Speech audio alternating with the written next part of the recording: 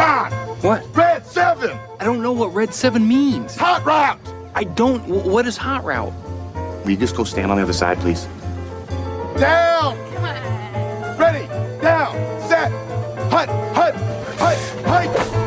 Hit me! Booyah! That's what we call a sack lunch. Nom, nom, nom, nom, nom, nom. It's time for the Soonerscoop.com postgame show presented by Eskridge Lexus in Oklahoma City. Eskridge Lexus is the official travel partner of Soonerscoop.com podcasts. Now, here's your road crew, Carey, Eddie, and Bob, wrapping up all the action and reaction from this week's game. Welcome in. It is the Eskridge Lexus postgame podcast, and this time, no false advertising. We have the entire road crew here with us as we've been sitting around watching the Notre Dame replay game, which we saw plenty of that today in Norman, as the Sooners win it 62-9. Kansas scores on the final play of the game. We've got a serious situation going on. That's not Uiagalelei, is it? I don't think so. Someone is down for Clemson. It's tied 40-40 going into the second overtime. Oh, it's one of their defensive players. Yeah. So we've kind of been waiting to start the pod, but we're just kind of like, screw it. We're going to start it. This game's going to go on forever. You get our live reactions. You're never going to get your local news. You're never going to get Saturday Night Live tonight. Oh, shit. Yeah. Dave Chappelle's on tonight. Oh. Forgot about that. Was that tonight? Or was that last week? It's tonight? They've been hyping it up the entire second half. Oh, no. I forgot to DVR it. It's just been a crazy day. I mean, you have, first off, the election is called, and then you don't have games on major networks like you're supposed to have. The OU game gets started. And, guys, it was a hard watch, but not really because of anything OU did. It was just the replays were out of this world ridiculous today. It was just the slowest game of all time, and I think that I was talking to a couple of the ESPN TV guys when I was going down in the elevator after the game, and it's just one of those things, like when it's a 50-point game in the fourth quarter and you look up and there's 12 minutes left, that's like the worst feeling of all time. It's like, it made no sense. And the media timeouts after the long replays. I know. That was another thing. And those were the longest damn timeouts. Everybody got paid today. Everybody got paid. There's no doubt about it. If you bet on OU, you got paid. Well, not the people that ESPN just laid off, but... Well, I think they probably still get paid through today. Yeah, they probably got good severances. Not bad. So, yeah, I mean, part of it was you had 4 turnovers in the first quarter, I think it was. 2 of them came on the same play, a Buki interception, and then a fumble out of bounds that I still don't know how that qualifies as a fumble when the person is standing out of bounds and knocks the ball out of someone's hand who is inbounds. Lincoln Riley said he'd never seen a play like that before and had no idea what the rule was. We didn't know what the rule was. You know, it's kind of funny. I did, as it was going, I didn't even realize that it was such a weird play. I kept getting text messages like, what happened there? And I had no idea that the guy was out of bounds on that play. Yeah. And I thought that Buki had just clearly gone out of bounds before the ball had come loose. But poor guy. It was just a split second before. He makes a great play, and then, Bob, it's like, is it not the most Buki play of all time? It is Buki. It is definitely a Buki play. But we did get clarification from Greg Burks, just that you're allowed to have an instant touch like that, but if you would have had a prolonged, you had to strip it out or grab it, then he would have been ruled out of bounds. So it's kind of weird that because it was just But you know what? If I have to put up with that made it free. If I have to put up with the bullshit in baseball when a guy slides into third base and his leg just barely comes off the bag, but he's the third baseman is applying the tag, and that's an out, if that's a rule, then this should be a rule, too. You can't dislodge a football when you're standing out of bounds. It was definitely weird. I don't know if I've ever seen it unfold like that. It was a great play by Buki, though. I mean, he jumped the route. I mean, it was another day in which the Oklahoma defense played very well. I know that we'll get into a lot of it here over the course of the podcast, but it just, they looked really, really good today. And I know that it's one of those things, everything that we say comes with a little bit of an asterisk in that it was Kansas, and Kansas is a really bad football team. I wanted to, in this COVID world, it's not allowed, and it wouldn't be allowed anyway, but I wanted to go give Kansas's quarterback a hug after the game. He had a really rough day.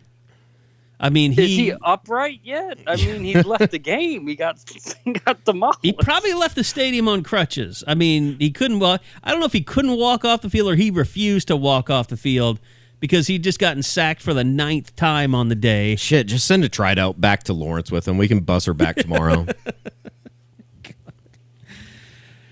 But no, I mean, and then there was the awkwardness of Spencer Rattler. I mean, when the game finally got some flow to it, he had a nice quarter, but then he tried to muscle in for a touchdown, and he got blown up and got a hip injury or a bruise, and he wasn't the same quarterback, and Lincoln kept putting him out there anyway, and it really was, kind of one of those, okay, sometimes you're injured and sometimes you're just hurt. You're not injured, you're hurt, so got to keep playing through it. That's kind of how I felt like that was a lesson he was being taught today. It's kind of weird that I don't know, like halfway through the third quarter, even when he went back out there, I thought to myself, it's like, they've played well, but I don't know if they've necessarily played really good. I don't know. It was somewhere in the middle. It's like, so I kind of get what maybe Riley was thinking, and who knows? He might not have been as hurt as we really thought he was at the time, because I know that there was a lot of people on Twitter and a lot of people, I'm sure, on the boards that were saying, get his ass out of there. But it was just so weird the way that they treated him on the sideline. I'd never seen that before. I hadn't either. I don't know if it was like a Ben Gay patch or something. They took something and they put a patch on him on his left side right above his belt line. It had to be like right where your hip is. Yeah. I can't. I got some really good video of it that I'll put up on the board. But like they just put that on him, and then he stood around for a while, and you could tell he was just in a lot of discomfort. Yeah. And it was like he would have a bad series, and he'd come back, and he and Lincoln would be talking, and like they'd both be throwing up their arms. And you could tell he was trying to say, I can't step into my throws. And he said that after in the post game, that he wasn't able to step into his throws. And so it just ended up being like when Tanner Mordecai first came in, it was an awful series. He got sacked, and you just felt Never even saw the guy. You felt like, okay, they're going to have to play Rattler some more and get at least Ramondre to run wild here for a quarter or something and just close this thing out. So then he comes back out, and then Tanner Mordecai comes back out finally when he sits down and had like his best series as a backup quarterback for Oklahoma. How much of that? Yeah, I always said with Mordecai, they got to let him run the offense instead of just trying to run out the clock. Yeah. You're never going to know what he really brings to the table if you're always just putting him in mop-up duty and acting like it's mop-up duty. He's got to be able to act like he's got the weapons and to play as if the game is actually competitive. How much of it do you think, too, was just the fact that, you get Rattler out there and he's still a young quarterback, I guess, technically, and Carey, I think that interception was bad. It was a terrible throw. It was young Spencer Rattler making young mistakes. Sure, no doubt about it. And, I almost think that in the second quarter and when you put him back out there for the third quarter, it's almost like, I don't know, I mean, is it something that players look at and say, like, all right, he's kind of out here battling against a bullshit football team. Like, he could have easily said, no, I'm not going back in. I'm good. We're up by 30, whatever it was at halftime. Was it 31-0? And to a certain extent, you look up and he's out there. I don't know. Is it another one of those things, though, that you look at Spencer Rattler and you say he's earning the respect of his teammates. He's earning, whatever you want to call it. They can look at him and say, this guy's out here battling his ass off just like we are. That's what Stevenson said for sure. He mentioned that, but it was just kind of weird because after he came back, it almost felt like Riley was determined to show that Rattler was still himself. Sure. So instead of just giving it to Stevenson in pleasure nonstop, they kept trying to pass it, and the throws just didn't have the zip on them. And the other part of that too is you kind of play with the idea of, what if something really did happen to him and he gets hurt even further, and now you're really up a really bad way. I mean, it was pretty. What was interesting is just watching the trainers kind of diagnose him they were never really. I think he just had a little. Yeah, I mean, it was just had a bruise. Yeah, I mean, they were just like they didn't think that it was anything severe. Now, the Stogner thing is more troublesome. Sure, and 1,000%. That is something that we failed, or whatever you want to, however you want to term. We didn't ask Lincoln Riley about it in the postgame. Not that he would have told us anyway, but for him to come out. Gabe Eichert was the first to tweet that he limped into the locker room at halftime. He had a bad limp. It was on the 33-yarder over the middle. He gets hit in the knee area. Yeah. In case anybody didn't know, it's one of those, and he's taking a couple of those shots that it's just, I don't know. I don't know how you protect yourself more, and maybe the quarterback needs to help him a little bit. McNamara took some of those shots. Sure, too, yeah. sure. McNamara, I mean, you think about Calcaterra. what Andrews Taylor and McNamara. Calcaterra have gone through. That's what that position is. Can you tell it's after 10:30 at night? It's a pull if you're throwing out the Taylor Taylor name. McNamara with Grant Calcaterra. Hey, Grant, we apologize. And that's not to say anything bad about Taylor because we like him too. Didn't he finish out at USC, Taylor? Yeah. Okay. Yeah, and he played. Yeah, he's All-time good dude. Oh, great. Both dude. of those guys are. They remind me of each other. They kind of do, yeah. Well, they're both Cali kids and really good guys, though. So, yeah, I mean, but that's kind of the life of a tight end, and we've seen that play before. And I mean, he's taken like a shot to his quad before, I think. And he took that shot against Texas where he got his legs chopped out from underneath him. So, and he hates those. He hates that happens to him. But what can you do? You're a 6'7" man. Somebody goes right after your knees, you fall over. I mean, it just. So we'll see. How much he's out. But one of the things tonight, and before we get to the defense, because there's a lot to talk about there. But Jaden Hazelwood back, got a catch. Kind of amazing. He's back quickly. He was wearing a knee brace, but he looked good. And guys, out of all the spots out there, when you see receivers lined up on the field, you love seeing Marvin Mims. You like seeing Theo Wees out there. You like seeing Austin Stogner. And you're okay with Drake Stoops. But you replace Drake Stoops with Jaden Hazelwood, all of a sudden, you have 4 potential studs at receiver. I mean, shit. I'd go as far to say keep Drake out there. I think you guys know the name that I don't want to see anymore. No, I don't think you're alone in your thinking. Charleston Rambo has gotta make a competitive catch. Charleston Rambo has fallen behind. He is not progressed, and I don't know if it's his route running. He did have one touchdown that was called back because of Jaden Hazelwood holding out on the edge blocking. So he did end up making a play tonight, but I think it's one of those things where, as a quarterback, you're throwing to guys that are open. You've got your reads to get through, and there's guys that you trust to get open. Sure. I think Spencer Rattler trusts Austin Stogner more than everyone else to either get open or be open or make himself open. He trusts Theo Wees a lot. I think he trusts Jeremiah Hall a lot. I just don't feel like he trusts that every time he goes to Charleston Rambo, he's going to be open. Well, he went to him. I think it's a route running thing. And he went to him a couple times today, and there was no separation. There were very contested plays. And, at some point you just got to, I don't know, and maybe it's unfair because he's coming off the COVID thing, and it just, I don't know, there's a lot to be desired there. I'm kind of sick of watching it, to be honest. He is maybe the 4th or 5th, 6th best option on this team. And it is what it is. It's not a hit on Charleston Rambo as much as there's just other talented guys on this team.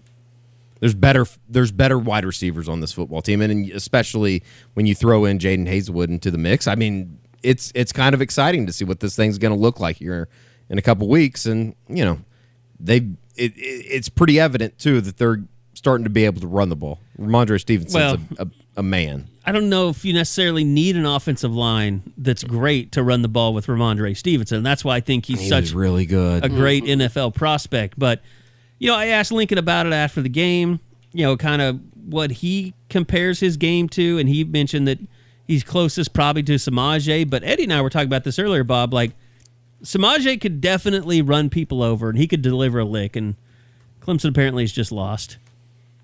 Must have had interception or something, or a fumble. No, it was 4th and 24. Was it 4th and 24? They just didn't convert it. Uh-oh, we're rushing the field. COVID's over in Joe South Bend. Biden's not going to like this. So, yeah, I mean, Ramondre Stevenson, he never, like, there were times when Samaje Perine, like, he would get whacked and driven back, and you're like, oh, that's not pretty for Samaje. Like, no one ever drives Ramondre Stevenson in the other direction. He's always moving forward, or people are falling off of him, and he's running through people. He's got that spin move. He is a brick wall. I mean, he is an immovable force. I've never seen a running back as powerful as him. And the crazy thing about it too is it's not just that he's powerful. He can move. Yeah. Like he can Had that jump one-handed cut. catch tonight. The one-handed catch was like, I was like, holy shit. Where did this come from? You know, he was the team's leading receiver in terms of number of catches. He had the most today. catches. That's Stogner crazy. had more yards, that is but he had insane. more catches. That's insane. And he averaged 9.5 yards every time he carried the football. 11 carries, 105, 104. Can't remember the exact, but a touchdown. Two touchdowns. Was it 2 touchdowns? Yep. Rattler threw for 1. He ran for 2. Okay.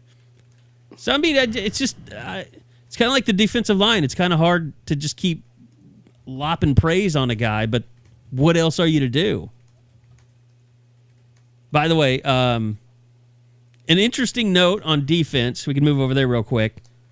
Perrion Winfrey didn't play in the first half from a position perspective. Yes, the first quarter once again.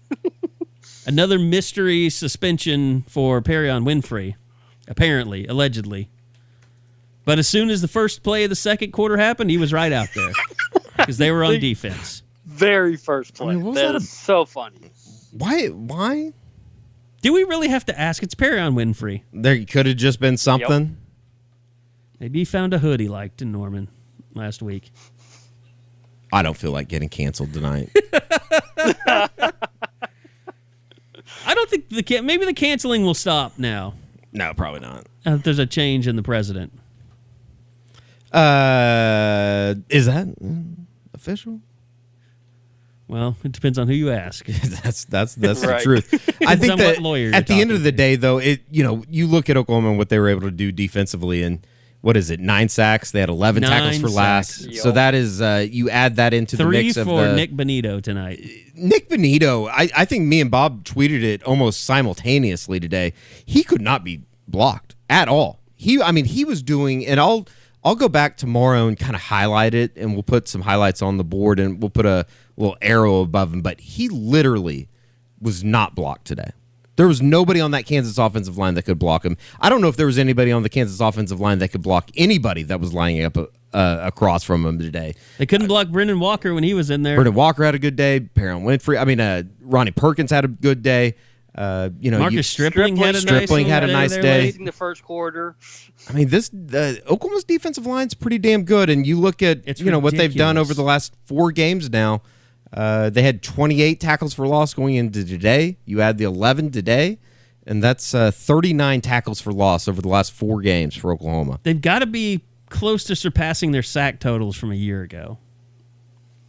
They had 15. I don't know what the number was. They had 15 before Tech, I believe. So they had 9 today. How many do they have against Tech? Thought they only had like 2 against Tech. That puts them around 26, 27, and they had 30 a year ago. Or was it 36? I'm going off of old math now. I would have to. Where's our map of the U.S. when we need it? We need John King. We need a touch screen. Should I invest in a touch screen? I don't know. I was watching that almost all week, and I was like, I don't know if I could work this damn thing. Well, a lot of people get when they have it at ESPN, like for their shows. A lot of people can't work that thing. Like Dan Orlovsky, he's like the only guy that can work it. He's probably the only young that could work it. Everybody else. I mean, you think Jaws is going to be working the breakdown booth? Well, they let. The guy that started it was Madden, the telestrator. Yeah, that's true. But I don't think you could work the iPad nowadays. Is John Madden even alive? Has anybody heard from John Madden in the last 20 years? He was at the Raiders-Browns game last weekend. weekend. Was he really? Yeah. I didn't know that. So does he live in Cleveland? Or did he take the bus over there? Don't know. Yeah, that's a good question. I don't know, but they were just talking about how they had spoke to him before the game. No kidding. Maybe they spoke to him on the phone and I just misread the whole situation. Very well could have been. But, guys, Bob, this was interesting just from a starting lineup perspective today. Woody Washington back at corner instead of Jaden Davis. Delarian Turner-Yell did start, but Trey Norwood was in there quite a bit. David Agwebu started instead of Deshaun White. And Alex Grinch was asked why that was in the postgame. He said that Deshaun White's basically just banged up a little bit. And that had more to do with it than him having a better week of practice or anything like that. By the way, what's funny about watching the guys late and mop-up duty time, you don't even know who the scrubs are because Alex plays everybody. So, like, Corey Roberson's still going to be out there. He's not a scrub, but you go 3-4 deep, that's who you end up going with, like, in the fourth quarter. So, it's been fun to watch the depth accumulate 1 week after each one. By the way, DJ Graham had a really good third down and short yardage play today that ended up being a fourth down. That stop. led to the fourth down. Yeah. Yep. Mm-hmm. But, when you see Joshua Eaton and Jeremiah Cradell and Bryson Washington, that's the only time you know that they've gone ahead and played all the youngsters. I mean, Cradell plays a lot more, but usually Bryson Washington's a pretty good signal. And Eaton. If those two are out there, I think that means they called off the dogs. Has that been the most encouraging thing over the last couple of weeks is the fact that you've seen, young guys get into the game and make a lot of plays? Yes. Yeah. Like, legitimately. Where's Josh? Shane Witter, 5 tackles, including that fourth down he stop, played which a will lot be one today. of the 5 plays. I honestly thought I could hear the orgasm from Houston as Shane Witter made the fourth down stop there. I was trying. That was a good play on Trey Norwood's part, too, to get a little piece of him to kind of knock him up a little bit. Trey Norwood, he's not as small as he was, but he's still not big, but he's not afraid to mix it up. No, not at all. Is it crazy to say that, over the last 3 weeks, OU's probably played in consecutive games the best defense they've played in, honestly, it might be a decade. You have to go back to 2009. To put 3 games together like they have. Yeah. Maybe 11 when you had guys like Javon Harris. The Sharks. The Sharks. I can't believe we still talk about the Sharks in a good tone. In a glowing way? Yeah, like in a good manner. I guess that tells you how bad they've been on defense over the last 4 or 5 years. So, God, on the defensive line, I don't know how much we can keep bragging on those guys. They're just fantastic. They're really, really good. And like Josh said the other day, you've got 3 bona fide NFL draft picks on that defensive line, and Nick Bonito might be becoming the next one.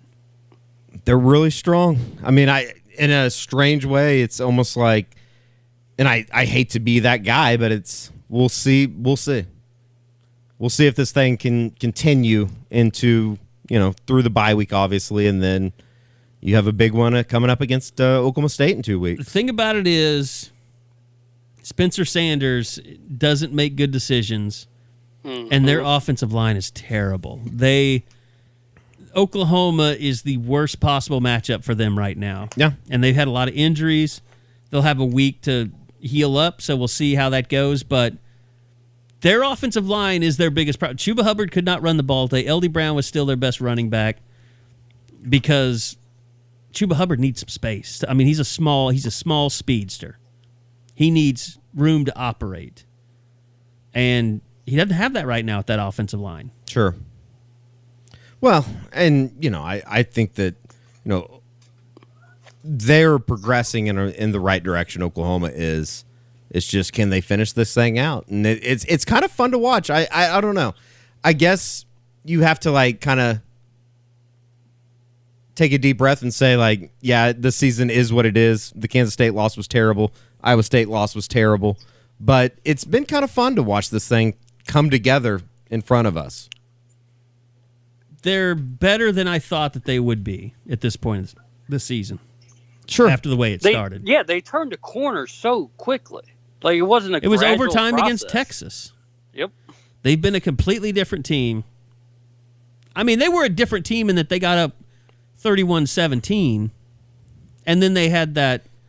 I mean, you wondered if you were going to see any of that today, kind of a letdown, and I wouldn't say that touchdown at the end was any kind of a letdown because they didn't have anybody in the game that was of consequence at that point. And Kansas, I thought that they were just going to let the time run out, to be honest with you, the way their quarterback had been knocked out. They were beaten up, just thoroughly dominated. Les had his 3 points. He didn't get shut out. I thought they were just going to let the clock run. And then they just ran a play and they scored. It was a little disappointing. See, they scored on the final play of the game, but the over. You know what? I fault Les Miles more than anybody. What are you trying to do? Like, just take a knee. Get this over with. Go retire. 4-hour game. Yeah, what are you doing, by the way, Les? Like, get out of here. I'm sure it will lead to greater days for them in the future that they scored that touchdown. They fixed a lot of things, Eddie. Oh, yeah. Yeah, they really found it. They're going to lose by 30 next week instead of, what was it this weekend? 62, 53. Jesus Christ. I can say that, too. I'm Catholic. He's okay with that. Well, you had Kansas State losing today. That was good. I mean, Oklahoma State did not play well. They won that game unconventionally, but OU needed Kansas State to lose today, and they did. Yep. Because now you need one more loss, either Texas or Iowa State. You figure Kansas State will lose one of those games and officially be out of the tiebreaker thing. I mean, the funny thing about it is we're going to find out if this OU team is for real or if they're just playing well against lesser competition. Texas Tech was bad today. They got beat pretty easily by TCU, but you've whipped up on TCU. You really killed Tech. You really killed Kansas. Now in 2 weeks, Oklahoma State. And going to West Virginia is not going to be an easy win. I think Bedlam is the toughest game they have on the schedule left. But there is no doubt that, and I don't know, maybe this is just paranoid me in that I think that game in Morgantown will be very, very tough. Very tough. If they get there. The number of games that were canceled this weekend concerns me. Well, I mean, you have half the West Coast canceling games for one COVID test. Well, that was the Berkeley Health Center. Yeah, they wanted and that. they've been trying to shut down football for the last year. Yeah.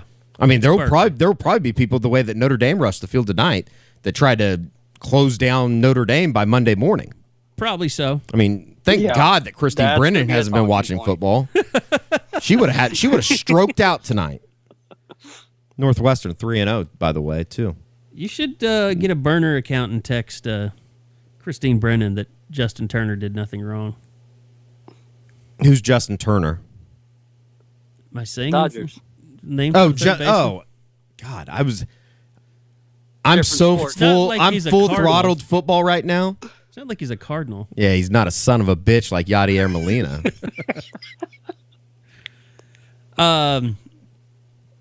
No, but I mean, they are closer than they've ever been to controlling their own destiny. They need one more loss from Kansas State. And Kansas State, I mean, they still have the Texas game out there. They still have Iowa State, obviously, Bob. Yep. They'll get it. Freshman quarterback. Isn't it crazy? I mean, 3 games left. It is crazy. Absolutely. OSU, Baylor, and West Virginia. Absolutely. It's nuts. It's nuts that they've made it. Not that they've made it this far. The fact that you look up and you see some of these schedules and, I think it really hit me last night when I look up and BYU has 2 games left. That was their 8th game last night. Yeah, I noticed today, like, I saw people with records of like 7-0, and I was like, how did they play 7 games? Here's you want a take of the century from Oklahoma's own Skip Bayless this evening? I don't know. Oh, boy. I mean, it's notable, so we'll let me mark this retweet. so I can put a big bleep in there if I don't like it. Congrats to Notre Dame and Ian Book for outfighting Clemson, but the team playing the best right now in college football is Oklahoma. Oh, no. No one takes him seriously, though. If like Andy Staples said that, or Kirk Herbstreit, Sure. or someone that had no ties to Oklahoma. I mean, OU is playing well. I mean, shit, it was the first time they've beat scored Kansas. I know. But they've scored 60 in back-to-back games. 62 in back-to-back games. I mean, Yep. that's pretty impressive. I think it's the first time that's happened since they were playing like Kingfisher Bradford College. Sam Bradford and those guys, they had 5 in 60. a row. 5 in a row, yeah. 60, in 2008. By the way, I think it's just the DeMarco Murray I was watching that connection. Texas game today, and one of the bullshit stats that gets me a little triggered is they're like, Sam Bradford is now tied with, or Sam Ehlinger is now tied with Sam Bradford for career touchdown passes. Like, yeah, Sam Bradford played 2 years. And a game against BYU. Well, in that game against Texas. Ellinger can play 5. Come back. He next could year. come back next year. If his brain is still there. I hope he does. Well, they won't have to worry about Connor Ewers. Who? Or is it, what's Ewers' first name? Oh, Quinn. Quinn. Yeah, he might be playing football at Ohio State. I think that's a good bet. We shall see. So, I mean, outside of that, Baylor, they could have beaten Iowa State tonight. They were in the driver's seat, up 24-10. And Baylor did what OU didn't. They got the 3 picks from Purdy. That's what OU could have done. So that's what happened in the first half? Yes, they Okay. made the night and names a lot easier, but Pat Fields and the rest of them could never hold on to it. It didn't help that they let Breece Hall just come out and run wild in the second half either. Yeah, I wondered what happened. Because I looked up and I think we were doing post-game interviews, Bob, and Yeah. like it was 14-0. I was like, holy shit, what is going on in Ames? Because I don't think Baylor's very good at all. They don't appear to be. And Brewer is always one hit away from being done. Although, as they proved last year in the Big 12 championship game, maybe you should have gotten them down to their third-string quarterback. What happened to that guy? He's got to still be there. Zeno? Zeno? Yeah. Dude was a monster. I don't know what happened to him. It's very apparent, though, that something happened in the overtimes against Texas that Oklahoma has, I don't know, and you refer to it as turning the corner. It's almost like they didn't believe in themselves until that point, and now over the last couple of weeks, and I just don't know if that's the competition that they've played out on the field. I think that's probably part of it, because there are little lapses. I think that there's... But at the same time, it just looks good. It looks clean. It looks solid. I think with every team that's out there, just like Oklahoma State right now, there's a certain level of confidence that most teams don't have because of what they went through in the offseason and the preseason. Nobody really had a true fall camp. I think everybody kind of feels like they're just kind of faking their way through this a little bit. And I think Oklahoma just wasn't prepared to start a season. Yeah. Yup. And not because... You say that, but they did blow a 3-touchdown lead against Kansas State. There's just no way to get around it. That is one of the worst. Like, as we get further out from it, that is maybe one of the worst meltdowns that Oklahoma's had in a long, long time. Although Kansas State is not as bad as their one game that was terrible was at West Virginia. Well, they're gonna look bad because Skylar Thompson's gone. Yeah, Sure. I mean, that's always gonna be the thing. And Will That's Howard true. threw like 3 picks in that game, didn't he, or something? Well, he threw a pick 6 tonight or today against OSU. Fumbled it. He Oh, it was a fumbled into fumble. Taylor's hands. Yep. I gotcha. And then Texas wasn't exactly a barn burner. I mean, they weren't exactly, light your socks up on fire. Yeah, I thought we were gonna have a shootout. Nope. So I don't know. I mean, it's just it's COVID football. I mean, it's COVID season. Everything's weird. Yeah, if Notre Dame wins the national championship, it doesn't count. I think anybody that beats Alabama probably is going to deserve it. I mean, they beat Clemson, but without Trevor Lawrence. Although So it's Uiagalelei is rematch, pretty damn right? good. You have Irish versus Tigers. Yeah, they don't have divisions, so ACC they could play championship. again. Yeah. Sure. Yeah. No, they will. They'll play in the championship game. Problem is, if you just can't talk about OU as a playoff team.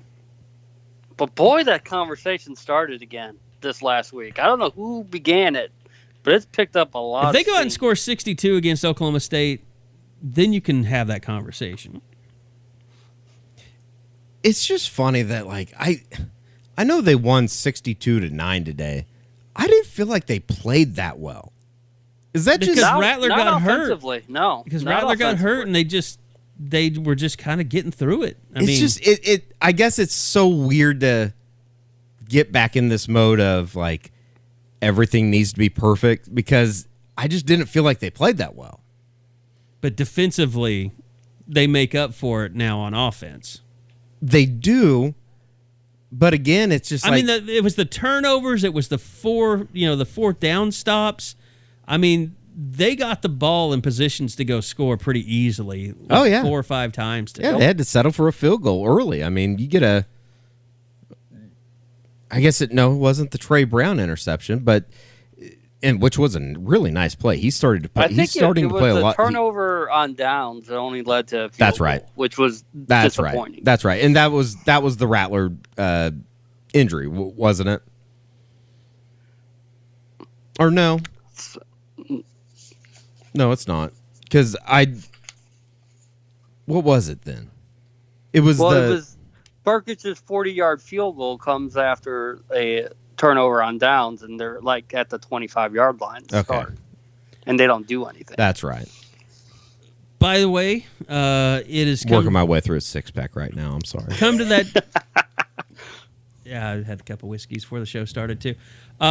We do have to do. This is a difficult one, I think, maybe this week because as we talked about, Rattler got hurt.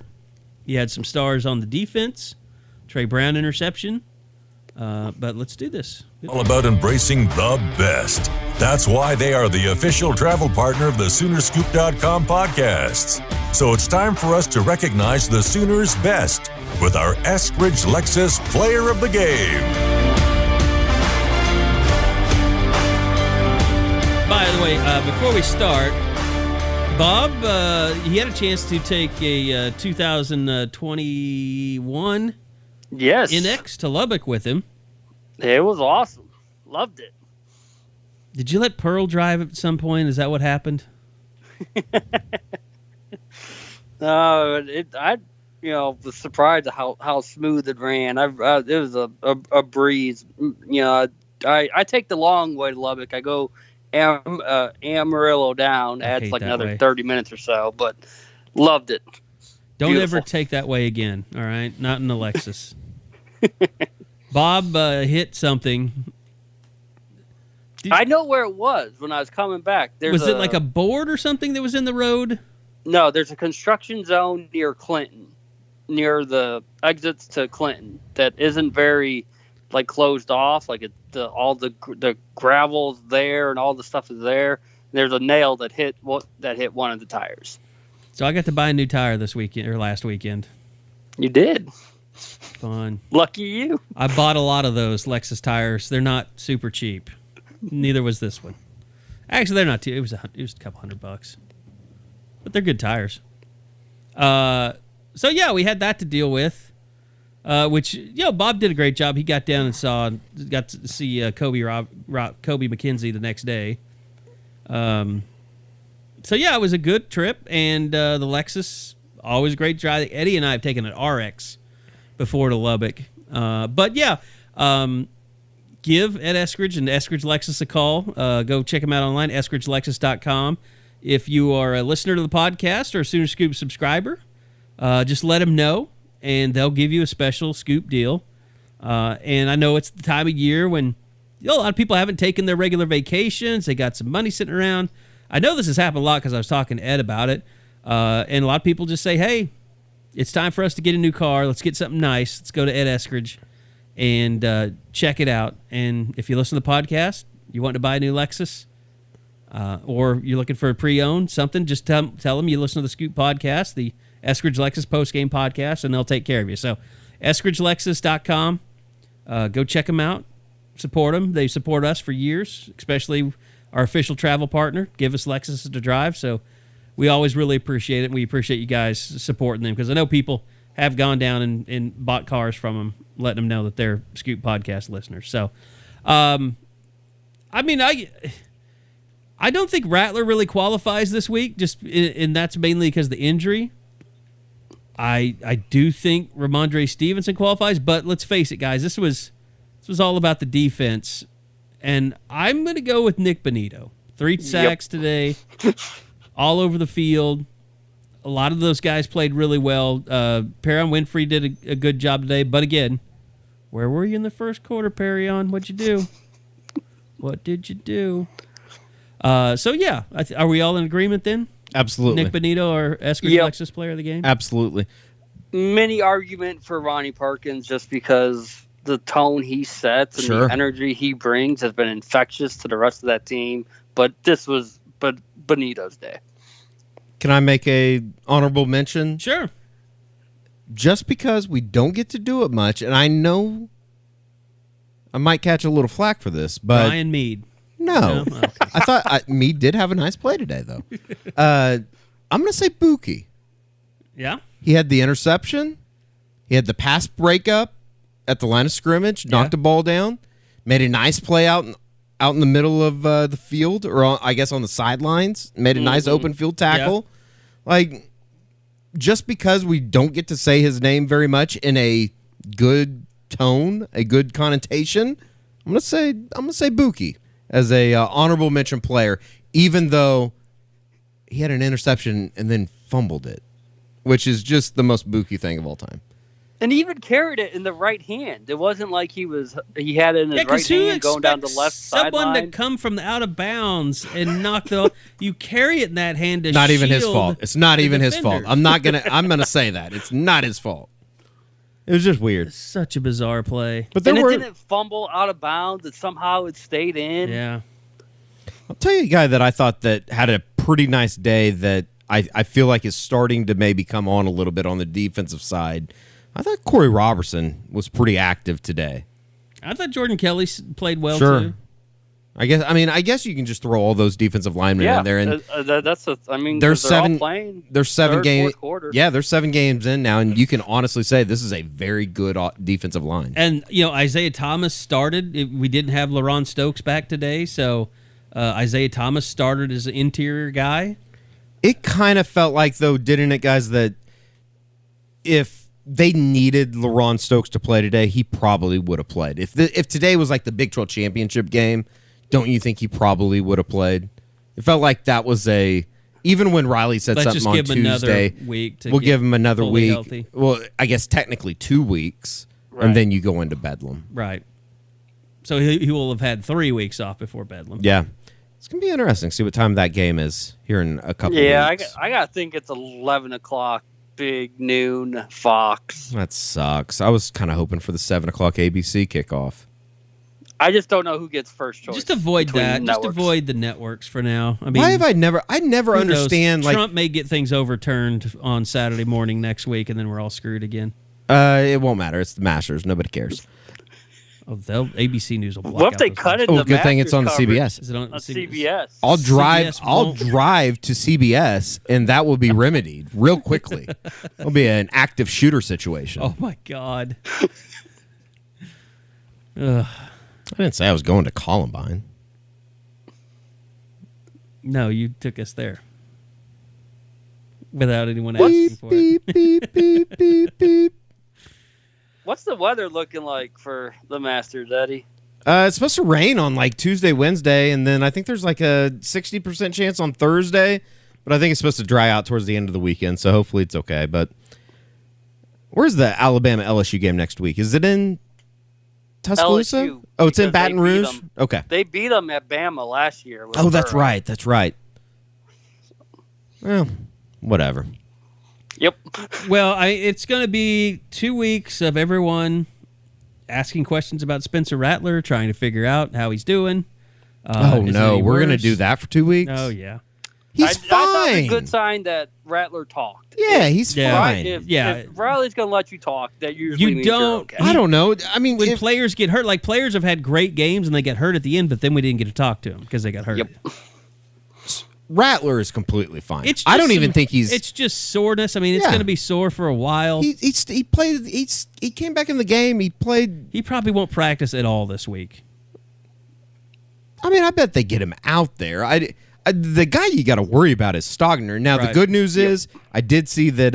I don't know if you guys saw it, but Braden Willis said he'll be back next week or for Bedlam. Saw that. I wasn't. Yeah, I think that's what he was implying with that tweet. Yeah. Sure. That's 100% what I thought. So, I mean, the one that you got to worry about is Stogner, and he's a big part of this offense Yeah. right now. Well, and the other thing I would worry about is kind of a sub worry, like if Rattler is sore and they don't want to give him a lot of reps to heal, like he could really use a week with Jaden Hazelwood. Sure. They lost that Tuesday Sure. because of the election rule. So he would have had a bigger part good today, point. I think, if they would have had a full week of practices. So those two really need to, and Rattler after the game, I thought it was interesting what he said about Jaden. Like he wishes he would have thrown him the ball more. So he clearly has a good connection with him on the practice field from what little they've been able to do together. No doubt about it. I thought it was almost kind of interesting. And, Bob, I think you said it. The rotations were a little bit weird tonight. And it was almost like it's almost like they said, you know what? Screw it. We're playing Kansas. We're a 38-point favorite. Let's do some things let's give other guys opportunities almost. Yeah, like having Shane Witter in during the first half. It's only 21-0 at that point, and they're playing true freshmen as if it's like 38-0. I mean, they were not afraid to go deep into that substitution pattern and just say, we trust everyone that were like Reggie Grimes. He had the face mask. He played a ton They tonight. took him out. But it was like, wow, they're putting in Grimes before Stripling. Yeah, that was a weird rotation with Stripling because he comes in and immediately makes an impact. But he didn't play a lot till late, and they played Reggie Grimes a lot. And they played John Michael Terry when they weren't playing Benito and Perkins. Brendan Walker got a lot of run in the got first some half. run, It's just like, okay, they're going to roll with them. It's pretty fun to see I guess in a way, like a group of guys just be able to develop. You've got 3 corners you're playing now, and Woody, Jaden, and Trey. I mean, my God. You got 3 safeties you're playing with Trey Norwood. It's kind of crazy how quickly it has been. And again, got to remember And the really, teams that they Cordell's makes it 4. got to remember the teams they've been playing over the last couple of weeks. But at the same time, it's like this is what people Those are still subscribe teams to that when they follow recruiting, though. And like you get guys, and then you see them develop out on the football field. Look at you. You're promoting the brand. It just, I don't know. It makes me happy. I don't know if I can let you drive home tonight. I'm fine. Very under his breath. I'm fine. Well, it's a 62-9 shellacking of Kansas. I don't know how much more we really need to talk about tonight, to be honest I will with say, you. and the other thing I will say, TJ Pledger is starting to run the ball really well. Yeah. I thought... Well, he knows he has to. And that was another interesting thing. Seth McGowan had very little of a role tonight until late in the game when it became McGowan and Majors, the only two running backs that were going in there. And they put Mikey Henderson in there. Major got back in after 0 snaps. Yeah, he got a touchdown. At TCU and Tech. Thought he disappeared again. A great catch, and then he had a touchdown. Yes, that's a really nice catch. They're about a year away from Riley putting Mikey Henderson all over the field, aren't they? Like in just various different roles. He is a more versatile Jeremiah Hall. Not that Jeremiah Hall doesn't do a lot of good things for that offense. Jeremiah Hall is a great football player. He's not the athlete that Mikey Henderson is. But I will say, if they lose Stogner for any extended period of time and Braden Willis is back, I could see him becoming a huge part of this offense moving forward. Mikey Henderson? No, Braden Willis. Oh, Braden Willis? Yeah. Well, they need that H-back to be something. Yeah. Whether it be Stogner, whether it be Braden Willis. And what was it? Jeremiah Hall was like, look, you guys can keep saying H-backs. We're all tight ends. And Jeremiah, you might be more of like a fullback. But that's okay. You know, he doesn't have hair. Let him have something. He's a great football player. I love watching Jeremiah Hall play. But if he wants to be considered a tight end, just let him be a tight end. Be whatever you want. Boy, Biden really has changed you. Yeah, and in Biden world, we don't have labels anymore. Exactly. We don't use. And in fact, use any bathroom they need to take that off the. Well, I've been doing that for a long time, but they need to take off the position groups from the roster now that we're under the Biden-Harris regime. No more labels. We don't even have linemen anymore. We just no have more. players. No. Well, lineman kind of means a fat person, and we're not doing that anymore. I know people don't want to hear this, but I saw Eric Swinson just throw some people around today. It was Kansas. That's when you say it was. We love you, Eric. You get 9 sacks. That's awesome. Eddie does it because I tried to give you a compliment. Yeah. Eddie just shit all over it. Just being honest. All right. I think we're going to end it there. Eddie's getting he's getting hot, and I don't know where this is going to go if we could keep going. So Gabe Burkich made all his kicks today. That's good. Yeah, including a 50-yarder. I guess at some point we're going to have to talk about the punting situation because it's not good, but we can maybe save that for the U40. A couple of bad ones. Of course, when you punt, I think there was only 2 punts today. When weren't you there? punt that infrequently, you're not getting a lot of practice. Yeah, it's like asking somebody to come off the bench and hit a 3. Yeah, except that's his job. That's his only job. That's literally why you're getting paid to go to school. All right, that's going to do it for this edition of the Eskridge Lexus Postgame Podcast. Appreciate you guys staying up late. Thanks, Bob. Great work. Go check him out on the website.